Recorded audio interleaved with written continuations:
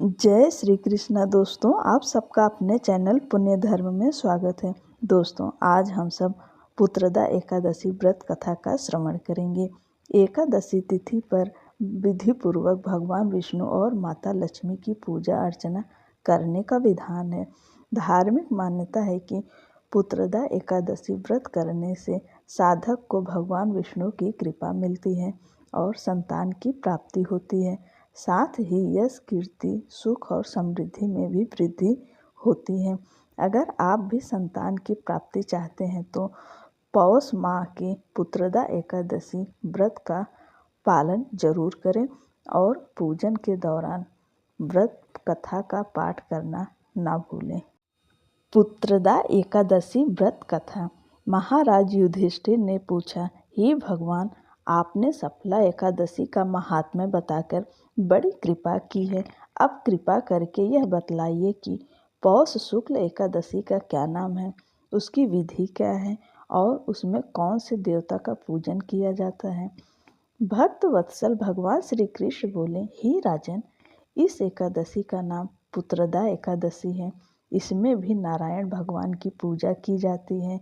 इस चर और अचर संसार में पुत्रदा एकादशी की व्रत के समान दूसरा कोई व्रत नहीं है।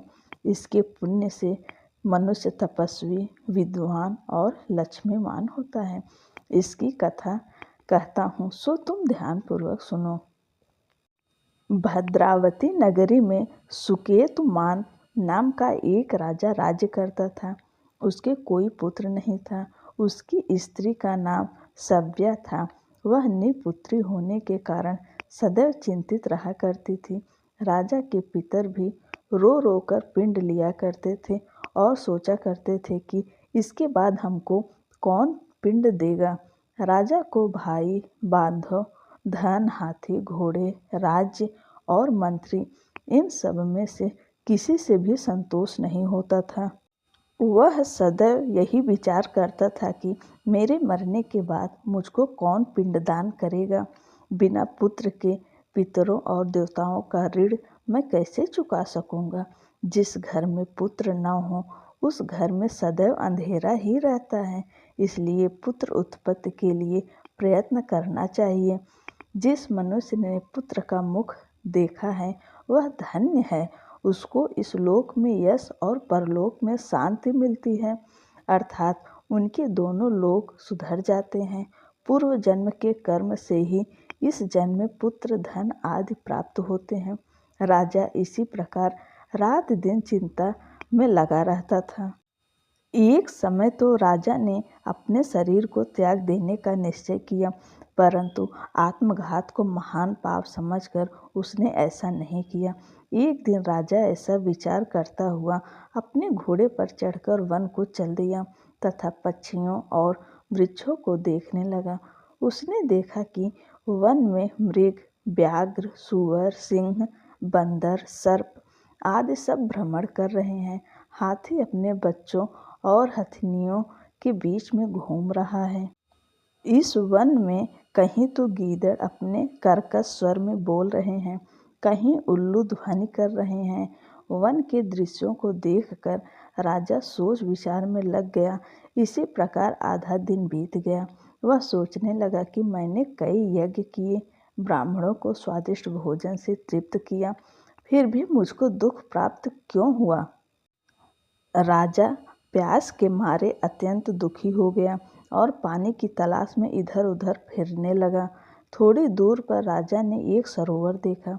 उस सरोवर में कमल खिले थे तथा सारस, हंस, मगरमच्छ आदि विहार कर रहे थे। उस सरोवर के चारों तरफ मुनियों के आश्रम बने हुए थे। उसी समय राजा के दाहिने अंग फड़कने लगे। राजा शुभ शकुन समझकर घोड़े से उतरकर मुनियों को दंडवत प्रणाम करके बैठ गया। राजा को देखकर मुनियों ने कहा, हे राजन, हम तुमसे अत्यंत प्रसन्न हैं। तुम्हारी क्या इच्छा है सो कहो। राजा ने कहा, महाराज, आप कौन हैं और किस लिए यहाँ आए हैं, कृपा करके बताइए। मुनि कहने लगे, हे राजन, आज संतान देने वाली पुत्रदा एकादशी है। हम लोग विश्वदेव हैं और इस सरोवर में स्नान करने के लिए आए हैं। यह सुनकर राजा कहने लगा कि महाराज, मेरी भी कोई संतान नहीं है। यदि आप मुझ पर प्रसन्न हैं तो एक पुत्र का वरदान दीजिए। मुनि बोले, हे राजन, आज पुत्रदा एकादशी है, आप अवश्य ही इसका व्रत करें। भगवान की कृपा से अवश्य ही आपके घर में पुत्र होगा। मुनि के वचन को सुनकर राजा ने उसी दिन एकादशी का व्रत किया और द्वादशी को उसका पारण किया।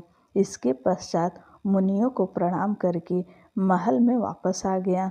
कुछ समय बीतने के बाद रानी ने गर्भ धारण किया और 9वें महीने के पश्चात उनकी एक पुत्र हुआ। वह राजकुमार अत्यंत शूरवीर, यशस्वी और प्रजापालक हुआ। श्री कृष्ण बोले, हे राजन, पुत्र की प्राप्ति के लिए पुत्रदा एकादशी का व्रत करना चाहिए। जो मनुष्य इस महात्म्य को पढ़ता या सुनता है उसे अंत में स्वर्ग की प्राप्ति होती है। बोलो लक्ष्मी नारायण की जय। वीडियो में अंत तक बने रहने के लिए आपका बहुत बहुत धन्यवाद।